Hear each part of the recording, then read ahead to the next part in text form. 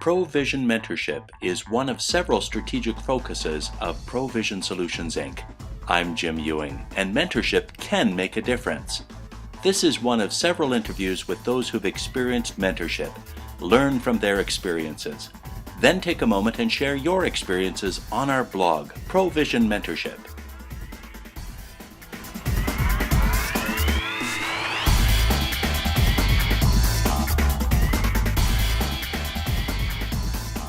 Well, I guess my first experience with mentorship was mainly with the Alberta government small business program. And we were hired as a company, as a private sector consulting company to help out small businesses. I found it very rewarding because what we were able to do was work with a variety of businesses all over the province. And if I remember correctly, I think we worked with about 30 to 50 different types of businesses. Well, I think from a mentoring point of view, I was very fortunate at a younger age to work with a couple of business people when I was developing a business plan in Toronto for a school project. And I had a couple of business people who were able to provide me with feedback on the business plan that I was writing. I was very fortunate that these people had spent a lot of time in industry, had a lot of experience and a lot of background in the plan I was working with, so it was very beneficial to myself. What type of help can a mentor provide? The one I always remember about is somebody wanting to start a scrap metal business. Now, number one is try and find information on the scrap metal industry. You'll find it from very, very big organizations, but like Russell Steel or something like that. But from the mom and pop scrap metal dealer in the hometown, very hard to find information on that kind of business. So if you're looking to enter that type of business, that's one where if you can identify a mentor, or if you can have an organization help you identify a mentor, and what that would usually be is either a person who managed a business like that, ideally someone who owned a business like that, or retired.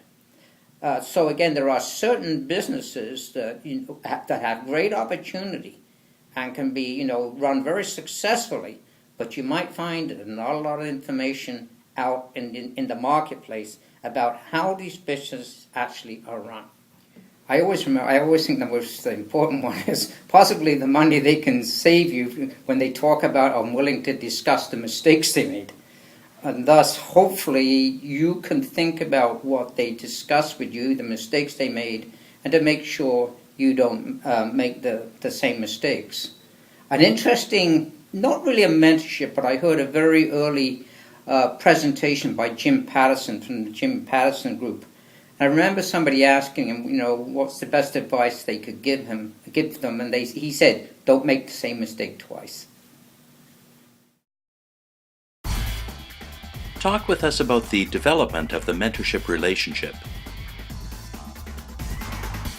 Is first of all developing that relationship with the person, and that comfort level, that they're comfortable talking to you about their situation and circumstances, and then hopefully it grows so they, through this trust built initially, that they're willing to share, the points. It's very hard for both the mentor and the mentoree to get anything out of the thing if you haven't built that trust where you're willing to share information. And then this is strengthened as you move forward, as that they feel comfortable, you feel comfortable with them. Maybe they've taken a couple of your ideas and implemented them. Or if they tried to implement and they didn't work, they feel free to come back and discuss it with you. No, I tried this idea, it didn't work. Could we discuss it again? Maybe there's a different way I could do it. Maybe it's something I didn't do right. Maybe I didn't understand. And when you start to hear that type of feedback in those kind of terms, then I think you realize that, you're starting to develop the relationship and it's moving along. The last one is that transformation is the toughest one, because one has to be very careful in the mentoring relationship that the person doesn't become overly dependent on you. And actually, the worst mistake you can make is making decisions for them. Because if you do that, then you're taking the responsibility. They have to take the responsibility for that.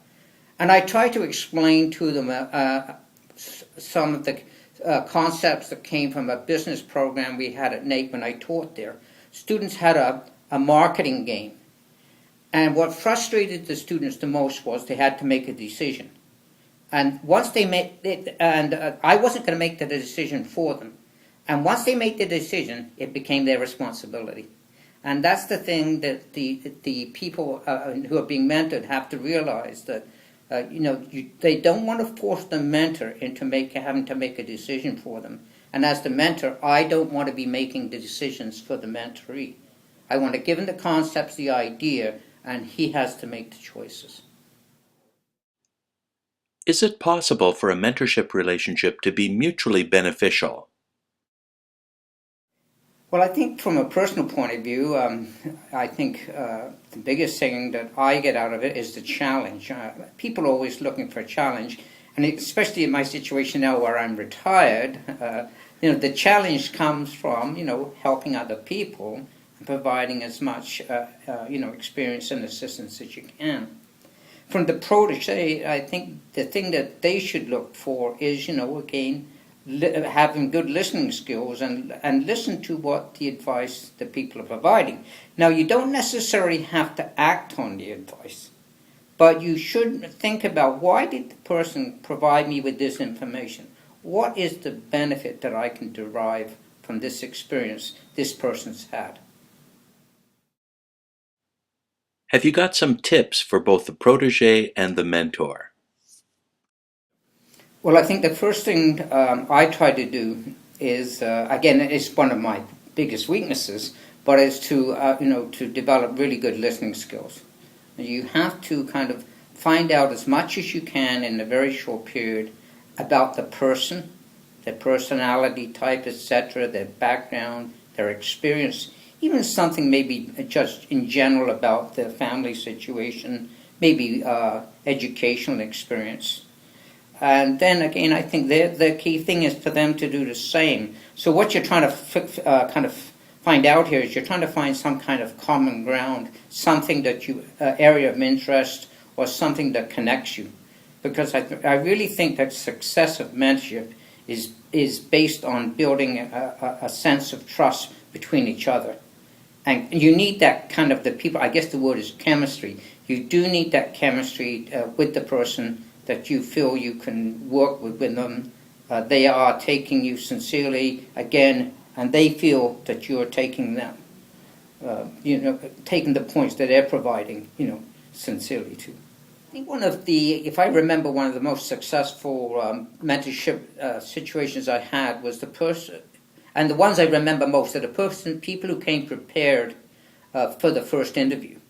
And I always remember the one is the person who emailed me their business plan before the meeting.